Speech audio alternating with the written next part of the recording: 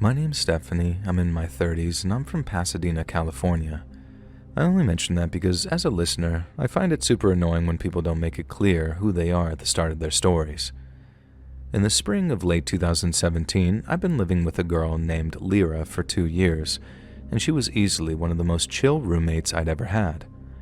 We'd met through a friend of a friend when I first moved to Pasadena, and I was desperate for a place to stay. Lyra had a spare room and a rent that she couldn't cover alone, so we made it work.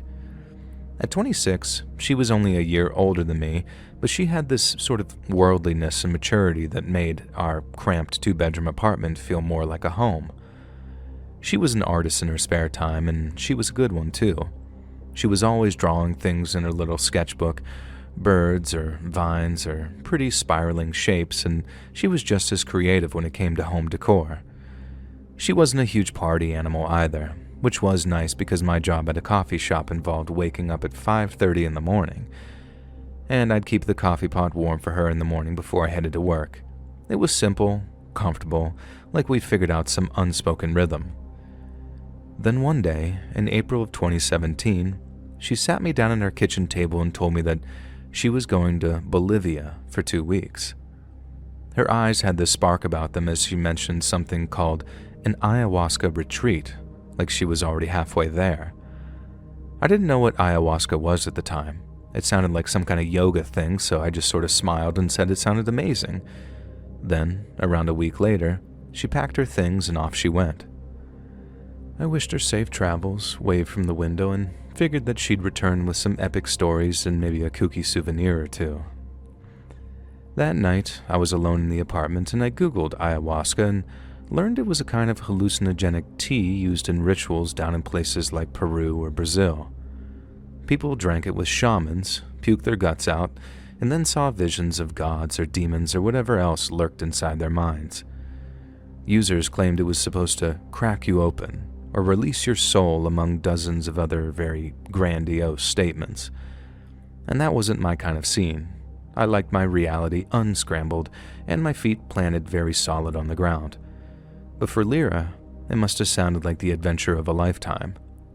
She was the spiritual one, always chasing something deeper with stuff like medication, apps, tarot cards, or the cluster of quartz crystals that she kept on the windowsill. And I went to bed imagining her coming back with a tan and some crazy tale about talking to a jaguar spirit. I kept the apartment running for her 2-week absence, and then when she came back, I was ready to hear everything. Lyra texted me saying that she was about to catch a cab home from the airport, and then about an hour later, the door creaked open and she stepped inside with her bag slung over one shoulder. I'd expected her to return looking relaxed and refreshed with obviously a nice healthy tan, and instead, her hair was a tangled, unwashed mess, and her skin looked chalky, like the sun hadn't touched her for the whole 2 weeks. When I asked her if she had fun, she didn't even smile. Lyra dropped the bag by the door and then looked at me, except it didn't feel like she was looking at me, more like through me or past me. In this flat, distant voice, she simply said it was intense, and then she shuffled to her room and closed the door behind her. And that was the first sign that something was clearly off. Lyra had always been very sociable, the kind of person who'd flop down next to me and ramble on about her shift at the bookstore or the new sketch that she was working on. But after her trip to Bolivia, she seemed distant, and I told myself it was exhaustion or jet lag or something like that, but after another Google search I discovered that the retreat might have been rougher than expected, and I read about the purging, the vomiting, and the hours upon hours of feeling like your mind was unspooling, and then thought, geez, no wonder she's acting so shell-shocked. She probably just needed time to settle in, so I figured that I'd give her the space that she needed, but time didn't seem to fix anything. A week passed, but Lyra didn't snap back. She got super quiet, like she didn't answer me if I asked something, but only in short, clipped words, and she never started conversations anymore. Her sketches stopped showing up on the fridge, and the plants that I'd watered while she was gone started to wilt, but it was like she didn't even notice. I started to worry that she might have gotten some bad news or that her trip to Bolivia had gone wrong somehow. But when I asked, Lyra said that she didn't want to talk about it. I figured my suspicions were correct and that whatever it was, she'd talk about it when and if she was ready to. I also figured it'd be a matter of days at most before Lyra started to feel better. But I was wrong, and things only got weirder. For as long as I'd known her, Lyra had always been a vegetarian. She was a great cook. She'd make stir-fries with peppers and tofu or big salads with nuts sprinkled on top. I'd regularly find bowls of fruit on the counter, mostly apples or mangoes, and I loved living with someone who shared my passion for healthy eating. But then, just less than 2 weeks after Lyra got back from her ayahuasca retreat, the raw beef started appearing. And the first time I saw some, I had almost a gaslight moment where I thought, I don't remember buying ground beef. And then, when I realized that it was Lyra's, I think I actually kind of gasped out loud. I asked her why the sudden change of heart, and I never forgot how flat her tone of voice sounded as she shrugged her shoulders and said, "Time for a change, I guess." I cannot stress how unlike Lyra that was, and by that time, I was really starting to worry about her. But then I saw how she ate it. She didn't cook the ground beef she bought. She ate it raw, with her hands. She developed this habit of doing it late at night, too, like this one time when I woke up in the middle of the night to go to the bathroom. I was heading back to bed when I heard the creak of the fridge door coming from the apartment's kitchen and sitting area. It was almost 3 a.m., and when I peeked around the door, I saw the moon was kind of pouring through the blinds, turning the floor into this sort of grid of shadows. And there was Lyra, too, standing at the window, just staring up at the moon. I stood there watching her silently until she swayed slightly, and then I sort of bolted back to my room. And the next day, I once again asked if she was okay or if there was anything she wanted to talk about. But she told me what I'm now quite certain was a lie, and she said she was fine. I told myself that she even got so much as a tiny bit worse, I was probably going to try and get her family involved and organize some kind of intervention. And then the next thing I knew, the insects started appearing. It was a Saturday afternoon, and I was in the kitchen making toast when I heard a crunch behind me and turned. Lyra was sitting at the table, a mason jar in front of her, and inside of it were live crickets. I watched in horror as she reached inside. The cricket's legs were scrabbling against the glass, and she plucked out one with her fingers and threw it into her mouth. I froze. There was a butter knife tight in my grip, with a wet, brittle sound making my stomach drop. I turned back to the counter and smeared the butter on my toast and then walked out like nothing had happened. But then, when it happened a second time, I couldn't ignore it. A few days later, it was beetles, these big, shiny black ones. I found her eating them, standing by the sink, and this time I gagged, the sound slipping out before I could stop it. She didn't react, she just kept eating. But when I demanded to know what had gotten into her, she swallowed what was in her mouth and started speaking. She told me that she learned a thing or two about herself down in Bolivia, and that she decided to make some changes. And if I didn't want to try out her new diet, that was fine, but I wasn't about to dictate what she could and could not eat in her own apartment. She didn't sound threatening or anything, but again, seeing Lyra act even remotely confrontational was so unlike her that it actually freaked me out. And before long, the apartment didn't feel like ours anymore.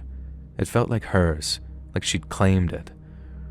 And her room started to stink, a very thick, earthy smell, like wet dirt and rot. And she stopped showering. Her hair was clumping into these greasy knots, and her clothes kind of hung off of her as she started to lose weight, too. I wanted to ask what happened down there, what she'd seen in that jungle, but every time I tried, something stopped me. And I started locking my bedroom door. It was a very flimsy door, the kind that you could probably pop open with a credit card, but it made me feel just that little bit safer. I'd lie there, my phone under my pillow, listening to Lyra pacing around outside.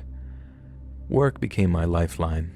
8 hours at the coffee shop, steaming milk, wiping counters, and chatting with regulars who didn't know that my roommate was unraveling back home.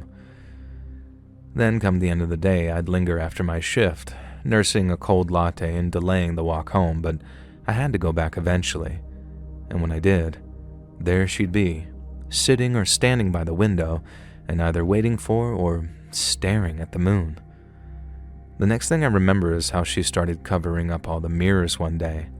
I came home to find every single one in the apartment draped with towels or turned to face the wall, and that was also the day that I found scratches on the bathroom door, these deep gouges like she'd been clawing at it with something. She vandalized her own sketchbooks too, the ones that she used to fill with all of her pretty drawings. Pages had been torn out or crumpled up, and the ones that remained were covered in these strange charcoal scribbles that creeped me out just to look at them. And that was the point that I realized that she needed help. Very urgent help too, and the next day, once I got home from work, I was going to try and talk to her about getting some. If that didn't work, it was then time for Plan B, the intervention. But the horrible irony of all of this is that by the time I actually decided to act, it was already too late. The next evening, it was dark when I arrived home from work. Then, when I unlocked the door, I walked into the apartment, and the first thing that hit me was the smell. It was sort of this wet and coppery smell, heavier than the beef had ever been. The apartment was dark, so I figured no one was home, but when I flipped the light switch, there was Lyra, sitting in the middle of the TV room, or at least what was left of her. She was sitting cross-legged, our big kitchen knife in one hand, a flap of her own skin in the other. She'd peeled it back from her face, starting at her forehead, and had pulled it down, like a mask. She looked at me, the raw flesh of her forehead glistening as blood dripped onto her thighs. And then, with lips that were streaked with red, she told me, "I need to see who's underneath." I dropped my bag and ran, screaming as I went. I made it to my room, slammed the door, and then pressed my back against it after locking it. My hands shook as I fumbled for my phone. Then I dialed 911 and told the dispatcher what was happening. And as I spoke, I could hear her out there in the hallway.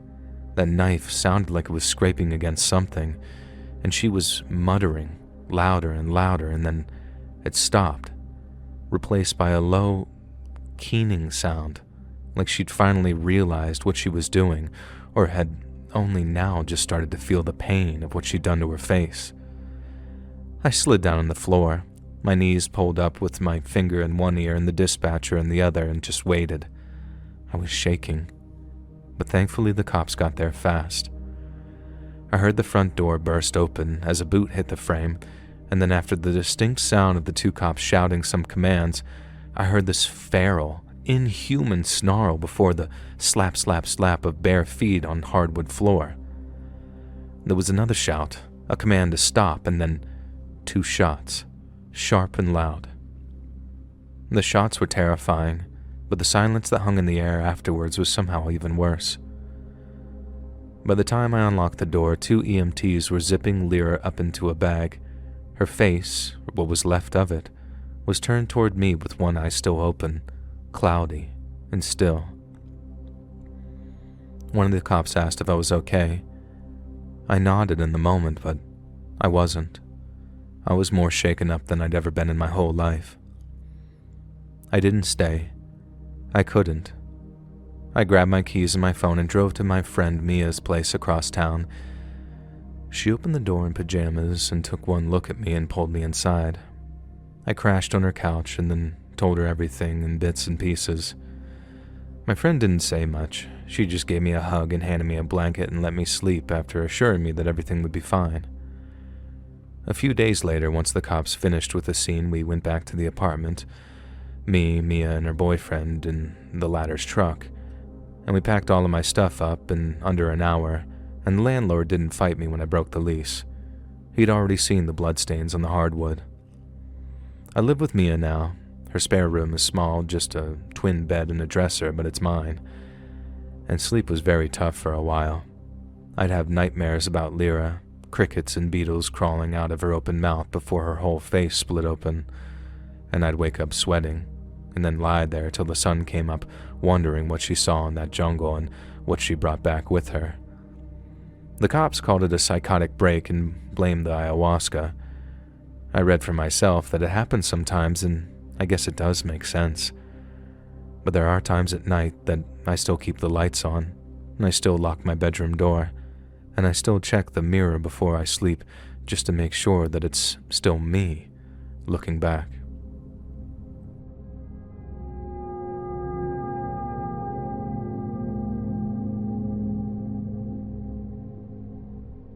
My name's Athena, and I started my home bakery business during the summer of 2020.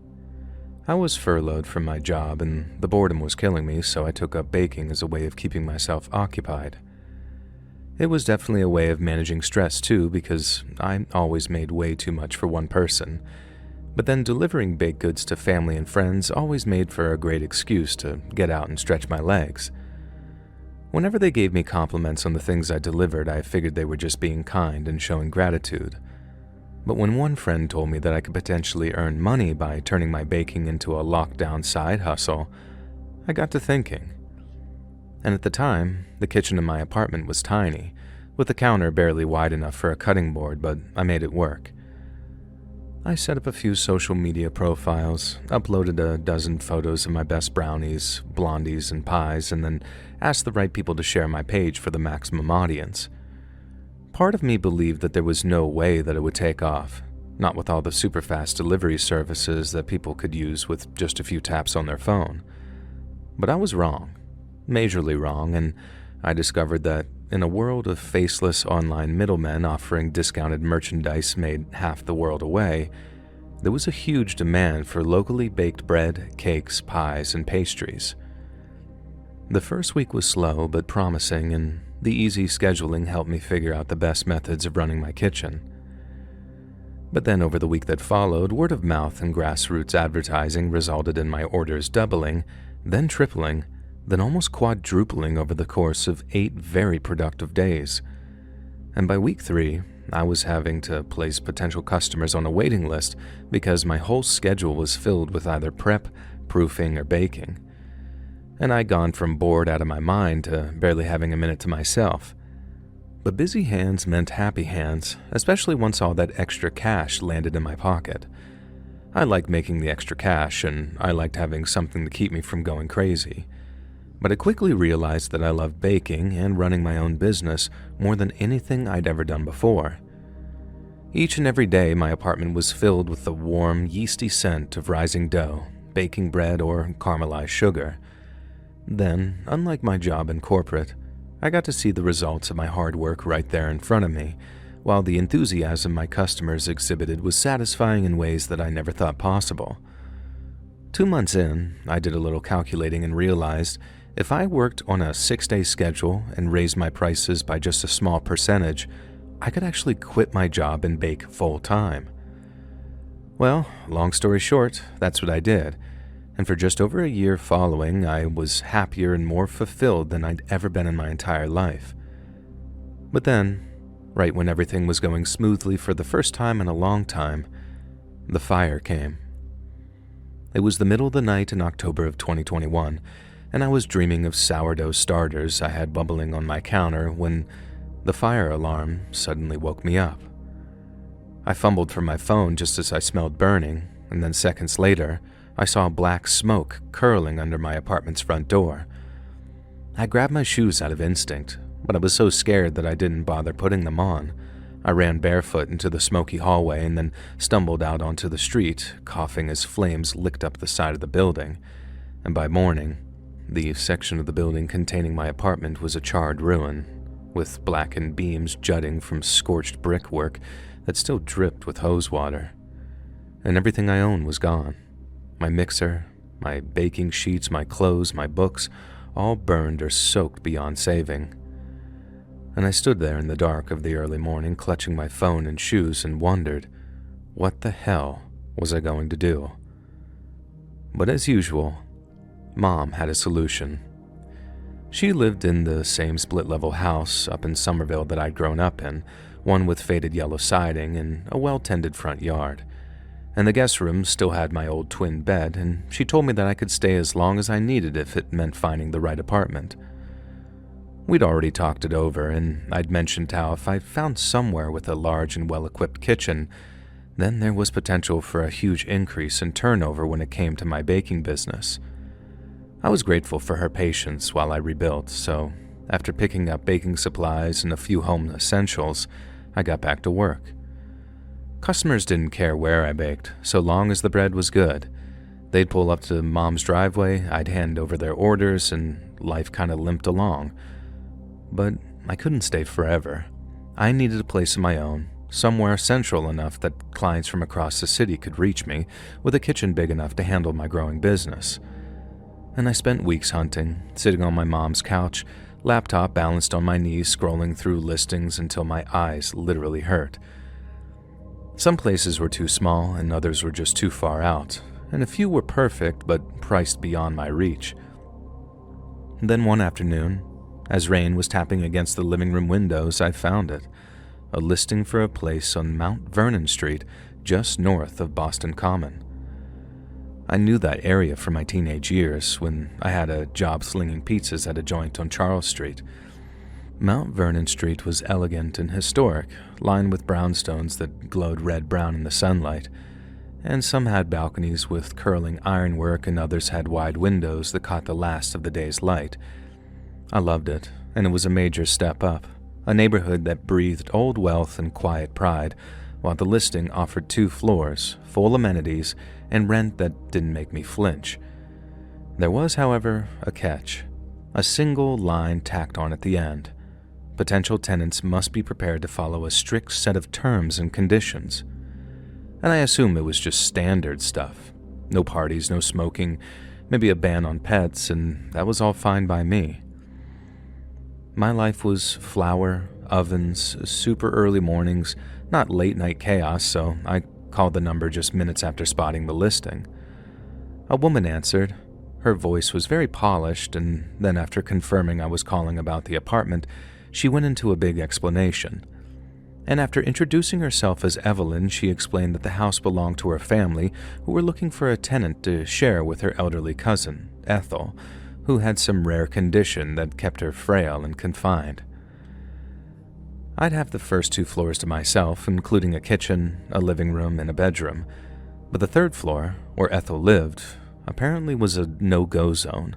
No knocking, no talking, no stepping foot up there. Break the rules, and I guess I'd be out in the streets. Lease terminated instantly. Evelyn stressed that it wasn't about pettiness or control. It was about preserving Ethel's health and dignity in what little time that she probably had left. I wouldn't have to look after her. Nurses and assistants came and did that, and outside of calling in the event of an emergency, there was a chance Ethel and I might never cross paths. The setup sounded odd, but I kept hearing run of the house in my head. 2 floors and a prime spot for the price of 1 bedroom. It was just way too good to pass up. I told Evelyn I wanted to see it, and then we set up a time for the next day.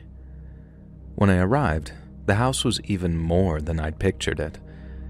It loomed on Mount Vernon Street, and its brick facade weathered but very stately, and the kind of place that had seen centuries pass without even blinking. The front steps were worn smooth. The door was a heavy slab of oak complete with a brass knocker shaped like a lion's head. I loved it.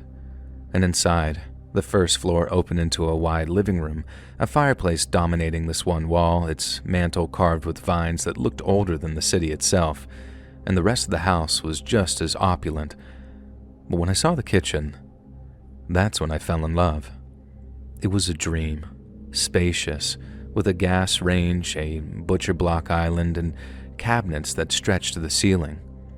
Upstairs, the 2nd floor had a bedroom with a bay window overlooking the street, plus a small office that I could use for paperwork. Evelyn met me at the door.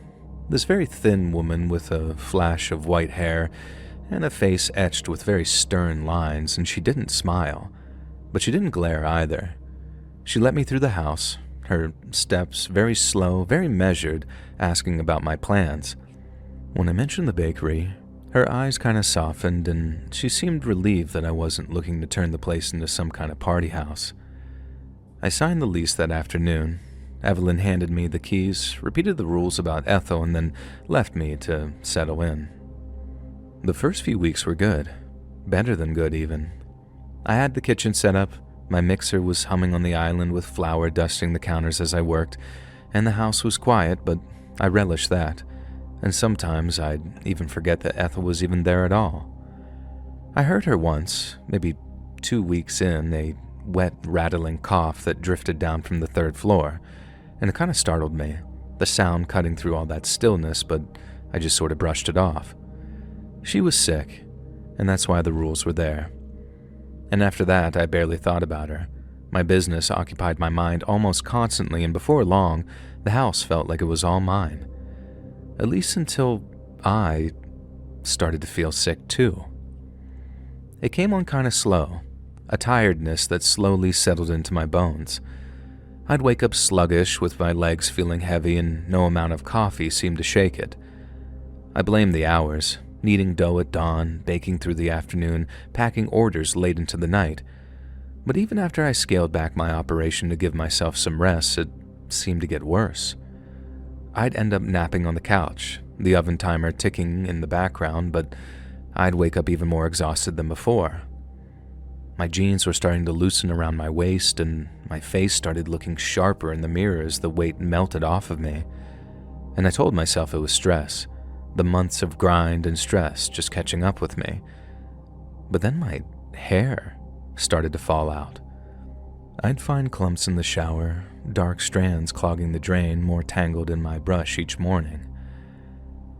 My period stopped coming too, which is kind of TMI, which at first I tried to pin on the same exhaustion excuse, maybe even just me not eating enough. But when a customer called, voice was very tight with anger, saying that they found one of my fingernails in their banana bread, I couldn't ignore that anymore. I looked at my hands, saw brittle, yellowing nails and how one was missing entirely, and then felt a cold knot tighten in my chest. And obviously, I went to the doctor the next day. He was some stocky guy with graying hair and a clipboard that he kept scribbling on, and he asked about my diet, my sleeping habits, and what I did for work. But I also made sure to tell him about the fire, the move, and my new home. He kind of was just tapping his pen and said old buildings can sometimes hide things, be it mold in the walls, lead in the pipes, or even arsenic in the green covers of antique books. And he ordered blood work and told me to stay someplace else for a few days if things got any worse. Stay with a relative, he said, or check into a hotel and see if the symptoms fade. I nodded, promised I would, and then left with a slip for the lab. I went back to my mom's that night. She opened the door, took one look at me, and just gasped. "Oh my God, you look terrible," she said. I must have looked skeletal compared to the last time I'd seen her. I was pale, I had huge bags under my eyes, and my hair looked pretty patchy and dull. I was a far cry from the girl that put on a little weight thanks to getting sugar high on her own supply. And I was scared that I'd get worse, but after 3 days of convalescing in her guest room, I felt so much better.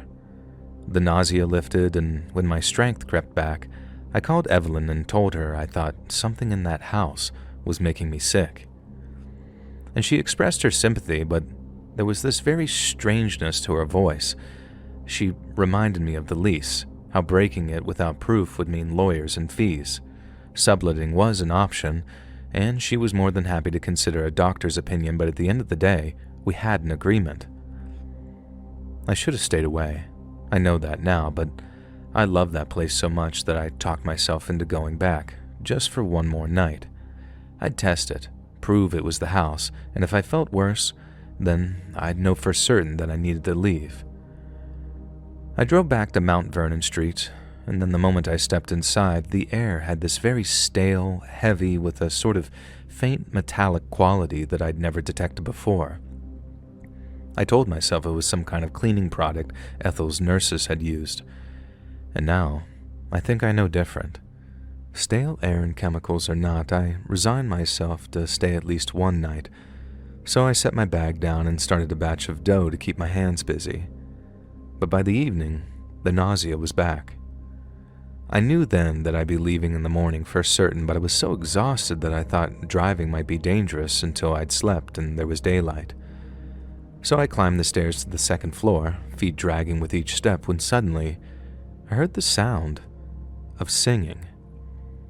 It came from the third floor, this clear voice that cut through the silence.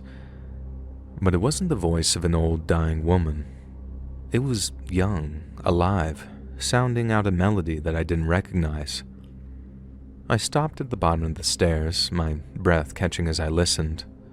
The sound was soft but sharp, and at first I figured it was a recording. But then there was pauses, breaths, the faint waver of a living throat. It wasn't a recording. This was clearly a human. Ethel was supposed to be bedridden, this husk of a person, so who the hell was up there singing? I remember my skin kind of prickling as I turned, shuffling back down the stairs before I grabbed my keys, my phone, and my jacket, and then ran for the door. I didn't care about proof, about leases, about anything. I wasn't staying. And that night, after driving back to my mom's place, I got sicker than I'd ever been. I vomited until my throat was raw and a blood vessel burst in my eye, leaving a red smear across the white area. And in the morning, I looked into the mirror and saw a stranger. My cheeks looked completely sunken in, my eyes looked hollow, and my hair was thinning so badly that you could actually see my scalp. I broke down, sobbing into my mom's arms, and told her everything. The house, the sickness, the singing, and she held me tight and told me everything would be okay and that we'd fight the lease together. We'd get proof, hire experts, and force Evelyn to let me go. But it didn't work. Nothing did. My blood work came back normal, no toxins, no allergies, nothing to explain what was happening to me. And we paid a hazardous materials guy to check the house too. This gruff man with a toolbox and a clipboard who spent hours testing the air, scraping paint, and sniffing for mold, and he found nothing. The place is old, he said, but safe and up to code. And the lack of evidence meant Evelyn wouldn't budge, and we ended up paying out the full lease, thousands that I didn't have, borrowed from my mother and her boyfriend, just to be done with it. I moved back in with her, and within days I felt better again. The weight returned, my hair started to come back, and my energy was surging. Whatever was in that house, whatever it was doing to me, I guess it stopped. And I found a new place eventually, a much smaller apartment with a much smaller kitchen in the city's north end, and the bakery picked up, life steadied on, and I tried to move on. But that house on Mount Vernon Street wouldn't let me go, though. I remember lying awake some nights just staring at the ceiling, replaying this whole thing in my head. What was up on that third floor? Was it Ethel, somehow defying her sickness? Or was it something else? I'd dig online sometimes, late when I couldn't sleep, searching property records, old articles, anything about that house, and nothing turned up. No scandals, no deaths, just some blank slate.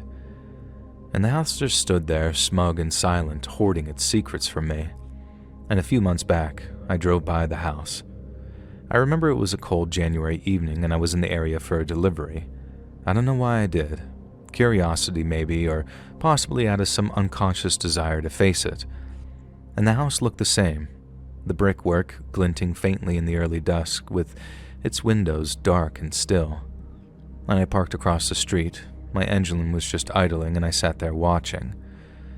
The place stayed still for a while, just another quiet house on a quiet Boston street.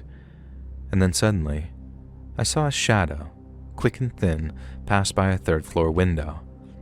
My hands tightened on that wheel, and I floored it and sped away.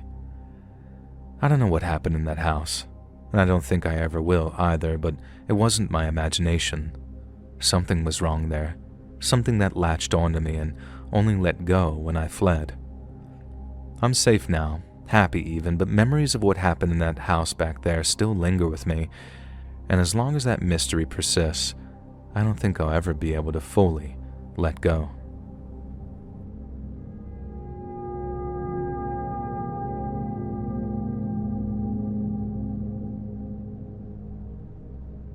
From the very first moment I met him, I couldn't shake the feeling that something was wrong with my friend's new roommate, Tommy.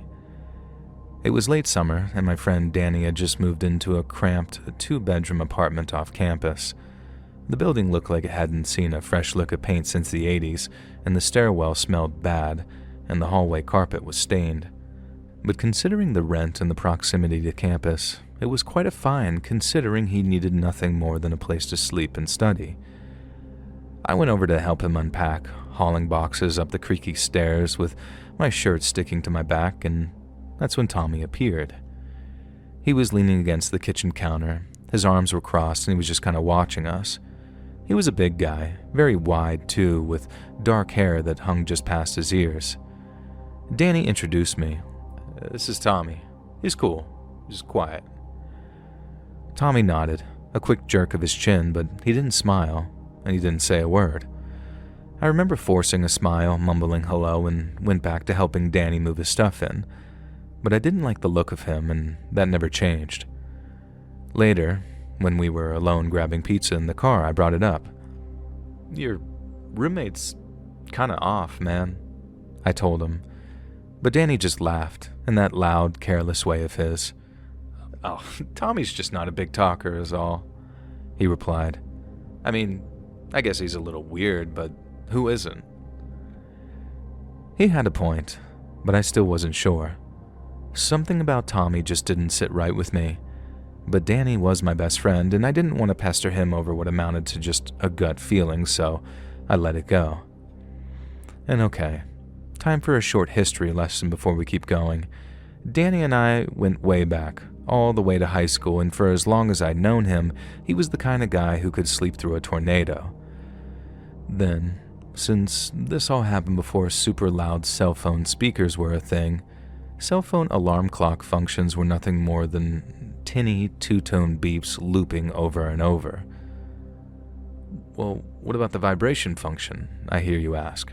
Couldn't Danny just put his phone on a desk and any other hard surface and then hear the super loud buzzing when the alarm went off? Not if he wanted to charge his phone overnight, because back then, and I'm sure some engineer type will explain why in the comments, but some phones quit vibrating altogether whenever they were plugged into a charge. And it was super first world problems, I guess, but the solution was simple. He bought an iPod docking station, one which featured an alarm clock function, and then he could blast himself with some Pantera music whenever he needed to wake up. However, that iPod station ended up being the punchline to half our jokes for a while, because even if he blasted himself with ear-splitting heavy metal music, he still didn't wake up half the time. It happened when he was sleeping over at my place one time, and he'd set up the docking station the night before to play music. It started blaring at like 7 a.m., and for the record, it was Pantera's song, The Great Southern Trendkill, so it opens up with a guy growl screaming "Blurg" at the top of his lungs. And it woke me up startled, and I looked across the room expecting Danny to wake up in a similarly abrupt fashion, but he was sprawled out in his inflatable mattress like some starfish, still snoring as the screaming stopped and the guitar riffs kicked in. I threw a pillow at him and he woke up annoyed, like there wasn't ear-melting loud music playing right next to his head. I thought it was funny at the time, but looking back on it, there was probably a medical explanation for it. Maybe he was hard of hearing and no one ever put it together. But either way, Tommy didn't find it funny, and he didn't share our sympathy for Danny's condition either. Danny mentioned it maybe a week after moving in. "Tommy hates the alarm," he said, casual, like it was nothing. "It says it wakes him up and he can't fall back asleep when it does, and keeps giving me these looks about it." He chuckled. "I told him I'd use something else, but you know me." I did know him. He wouldn't find something else, or rather, it took Danny way longer than it should to get around to the little things like that. That iPad station had been screaming at him for years by this point, and he'd never once bothered to replace it or set it quieter. "Be careful, dude," I said, only half joking. "Tommy's one odd duck." Danny laughed again, and I was told I worry too much. But things got bad, fast. One night, Danny texted me about Tommy acting strange. It was a picture of a note on the fridge. "Silence is golden," scrawled in block letters with a black marker.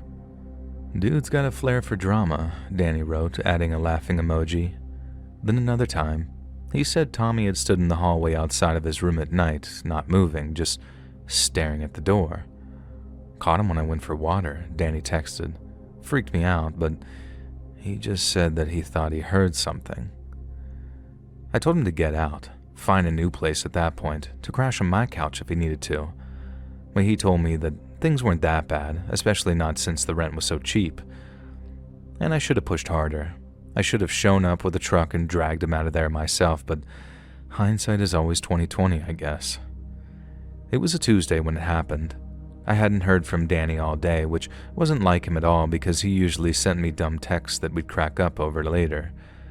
But that day, my phone stayed silent, and by afternoon I was preoccupied with worry, checking it every few minutes for text messages or missed calls, but nothing came through. By the evening, the worry was eating at me, so I drove over to Danny's apartment and found the door was unlocked when I got there. By his own admission, Danny was a slob. He'd leave clothes everywhere, leave dishes piled up, but he wasn't careless, and he wouldn't leave his door unlocked. I stepped inside and found the living room was dark except for the flicker of the TV. I called out Danny's name, but got no answer as I moved past the cluttered coffee table with its empty beer cans and crumpled up chip bags and then into his bedroom. And I found him on the bed. Danny was sprawled out, one arm flung over the edge like he'd fallen asleep mid-snooze the way he always did. But the sheets were soaked red, a dark stain spreading out from under him and pooling on the mattress. Blood trailed down the side, dripping slow and steady onto the floor, where that damn docking station sat, smashed to pieces, plastic cracked, wires spilling out. Danny's throat was cut, a jagged, ugly gash that looked like it had been hacked open with something dull, not clean but completely ragged, like the skin had torn under the force. When I saw his eyes, staring at the ceiling, completely empty, I stumbled back with this tight feeling in my chest. And then I heard it, the creak of a floorboard coming from the hallway behind me. Tommy was there, standing just outside the door. His face was blank, no anger, no panic, just nothing, like it was waiting for a friggin' bus or something. He couldn't stop, he said. That noise, every morning. I asked him. I warned him.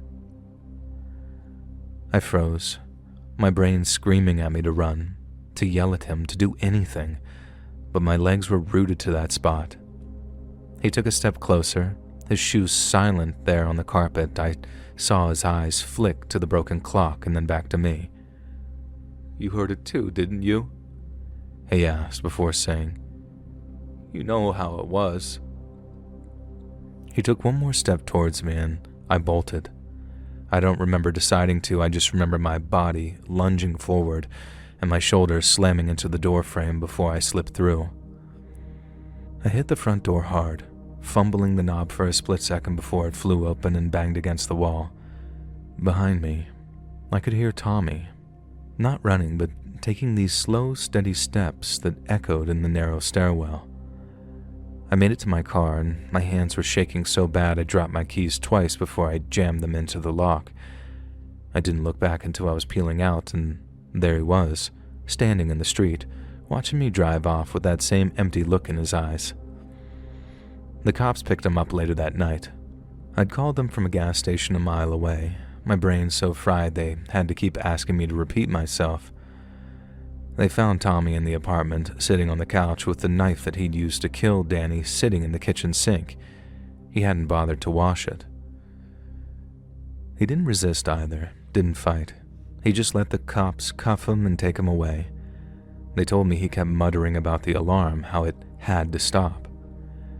Danny had been dead since morning, they said, probably killed right after that clock went off at 6 a.m. Tommy had sat there all day with him, waiting, just him and the body, the TV flickering in the background. I still think about Danny a lot, how he laughed off the notes, how he was too stubborn or stupid to see that danger. And I still think about Tommy too and how close I came to being next. That docking station was gone, smashed to pieces on the bloodied floor, but I still hear the sound that it made sometimes whenever I think about everything that happened.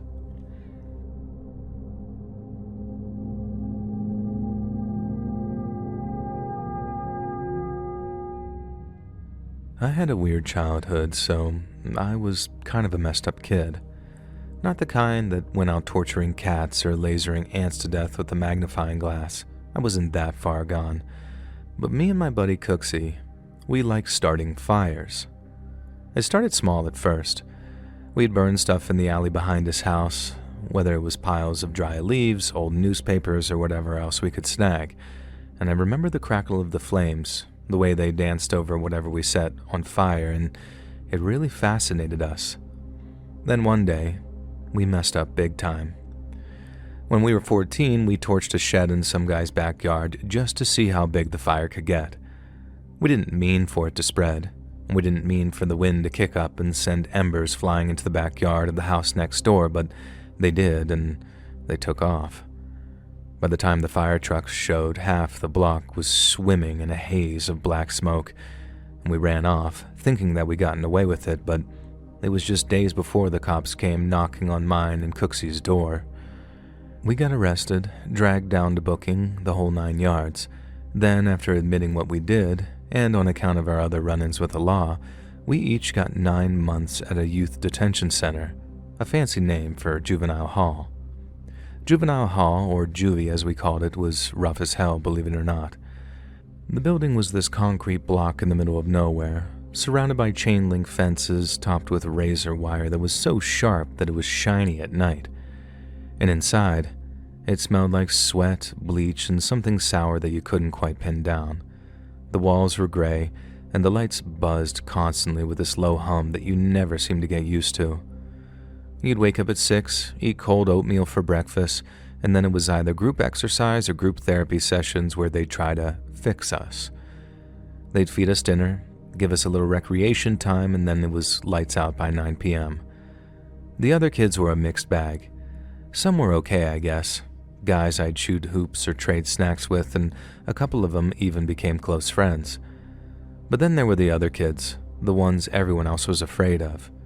To their credit, they made it easy to work out who not to mess with, and if a kid was too weird or scary, you knew to either avoid them or treat them with kid gloves. But then there were the kids you didn't know that you needed to be scared of, and to me, they were always way more dangerous. Those first kids were like machine guns. They made a lot of noise, and you knew to keep your head down whenever they did. But then those other kids, the quiet ones, they were almost like landmines. You didn't know that you stepped on one until it was too late. And Adam, he was one of those.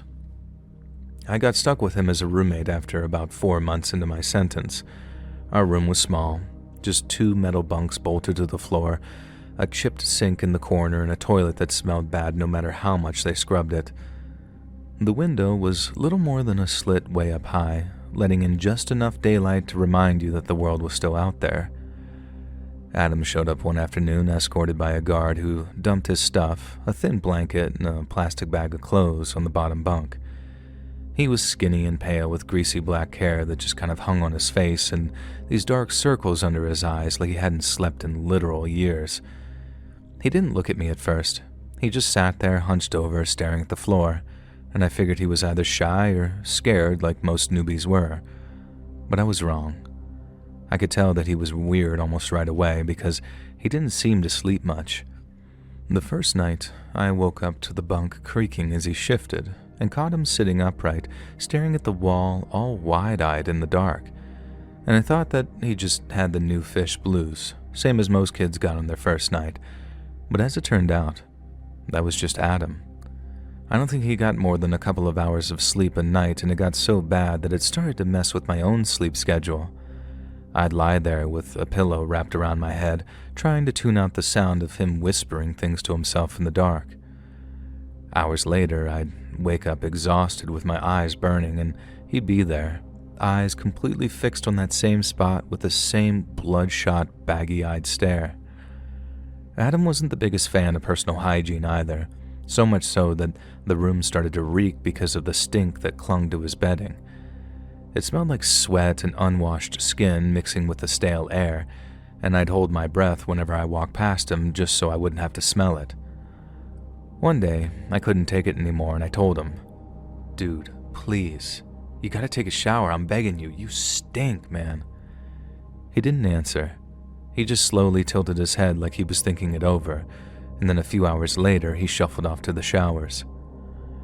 When he came back dripping wet, I was so relieved that I thanked him, but I spoke too soon. It took me minutes before I realized that somehow he still smelled bad, like he just stood there under the hot water without using any soap. The smell was bad, really bad, but far worse was the whispering. Adam talked to himself all the time in these low, scratchy murmurs that really grated on me. And by day it was annoying. He'd muttered under his breath while I tried to read the beat-up comics that were passed around. Stuff that I couldn't make out but couldn't ignore. But then at night, it turned very creepy. I'd wake up to it, faint and steady, like a radio left on in another room. And in the dark, with the shadows stretching across the walls, it sounded like something out of a horror movie. I'd squint at him through the gloom of the night and see his lips moving, and that constant hiss cutting through the silence made my goddamn skin crawl. I put up with it for weeks, until one night, when I snapped. I barely slept, my eyes were burning, and Adam was at it again, whispering in the dark. I just sat up, bunk squeaking, and said something like, "Dude, why do you always keep talking to yourself? It's driving me nuts." He stopped, and then slowly turned his head toward me like a puppet on strings. "I'm not talking to myself," he said. His voice was quiet but clear. "I'm talking to my little sister." "Then write her a letter or something," I replied. "Or call her. I don't care, just stop waking me up." Adam stared at me, unblinking, and told me, "She's dead." And his reply hit me like a ton of bricks. I felt bad, really bad. This horrible guilt twisting through my guts like a corkscrew. I'd lost people too. Not anyone like a sibling or anything like that, but I knew that it hurt. And I remember rubbing my eyes and sighing before I said something like, "I'm sorry, man. I didn't mean to upset you." But then, to my surprise, Adam let out this soft, high-pitched chuckle that somehow lacked any kind of joy to it. "It's okay," he said, adopting a tone that made me more and more nervous. "It's me who should be sorry." He didn't wait for me to ask. He just started talking with his voice low and steady like he'd been waiting to tell someone for years and years and years. Adam said that one day when he was 5 and his sister was 3, they'd been taking a bath together. They'd been splashing each other, arguing over some toy, the usual kid stuff, but Adam decided he'd had enough. He didn't want to have a little sister anymore. He didn't want her taking his toys, his space, his parents' attention. So, he bashed her head on the side of the tub to stun her, and then pushed her head under the water and held it there. She kicked and fought, her little legs thrashing while her feet smacked the sides of the tub. He held her there as she fought for her life, bubbles breaking the surface as water sloshed over the edge of the tub and soaked the bathroom floor. Her hands clawed at his arms, he said, her tiny little fingernails digging into his flesh. But Adam didn't let go. He watched her face under the water, eyes wide, panicking, mouth open in a scream that made no sound. After a while, his little sister stopped moving. She turned limp, floating just under the surface with her hair fanning out like weeds. Adam said he sat there, staring at her lifeless body until her mom walked in and started screaming. He told his parents it was an accident, that his sister had slipped, hit her head, and that he thought that she was just messing around until it was too late. He said his parents didn't want to believe he was capable of murder, so they swallowed his story hook, line, and sinker, and clung to it even, and then buried the truth with his sister's little coffin. The cops didn't do too much digging, not with Adam's parents covering for him. Little kids don't kill, they said. Not on purpose. Not like that. Besides, the poor girl's mom and dad had enough tragedy to deal with. Taking their only living child away from them just seemed cruel. And so, Adam got away with it. He walked totally free after drowning his own sister. No punishment, no record, nothing. And looking back on it, I think I just wanted to make sure that he wasn't a total monster, but I asked if he regretted it. And to my relief, he said yes. But that relief was short-lived. He didn't regret it because he missed her, and he certainly didn't regret getting all that sympathy over the years for being the poor little boy who watched his sister drown. He regretted killing her because now she wouldn't leave him alone. Ever since the day he drowned her in that tub, Adam's little sister had been following him around. He said he tried ignoring her at first and would pretend that he couldn't see or hear her, but that just made her mad. And when she got mad, she'd change. Adam said that whenever his little sister got angry, she'd stretch tall and thin, her limbs and face twisting into something sharp and hollow. She'd loom over him at night, silently screaming just like she had in the tub. So, he started talking to her, whispering just to keep her happy. He didn't mind if it made him look crazy because the alternative was far worse. After he finished his little story, I remember sort of sitting there, feeling the air get a little colder. Is she here? Right now?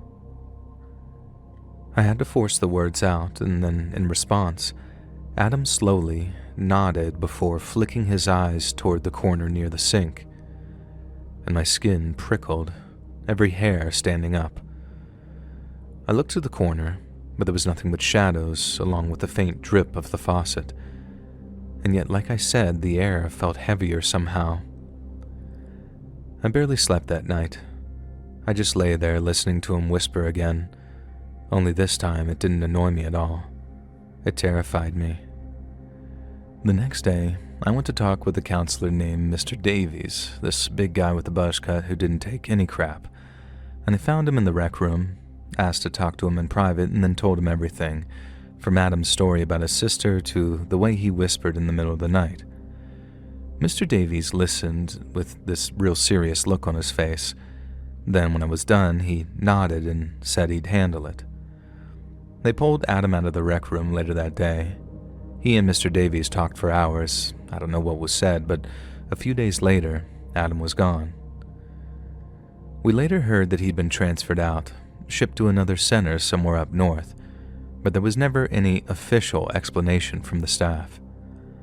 I never saw Adam again, but along with a set of bedding that had been washed several times over just to get rid of his smell, he left behind his story. I got out just a few months later, determined to get my life together so I wouldn't have to bump into another Adam. I still have no idea if he ever told the truth about what happened with his sister, or even if that was the truth to begin with.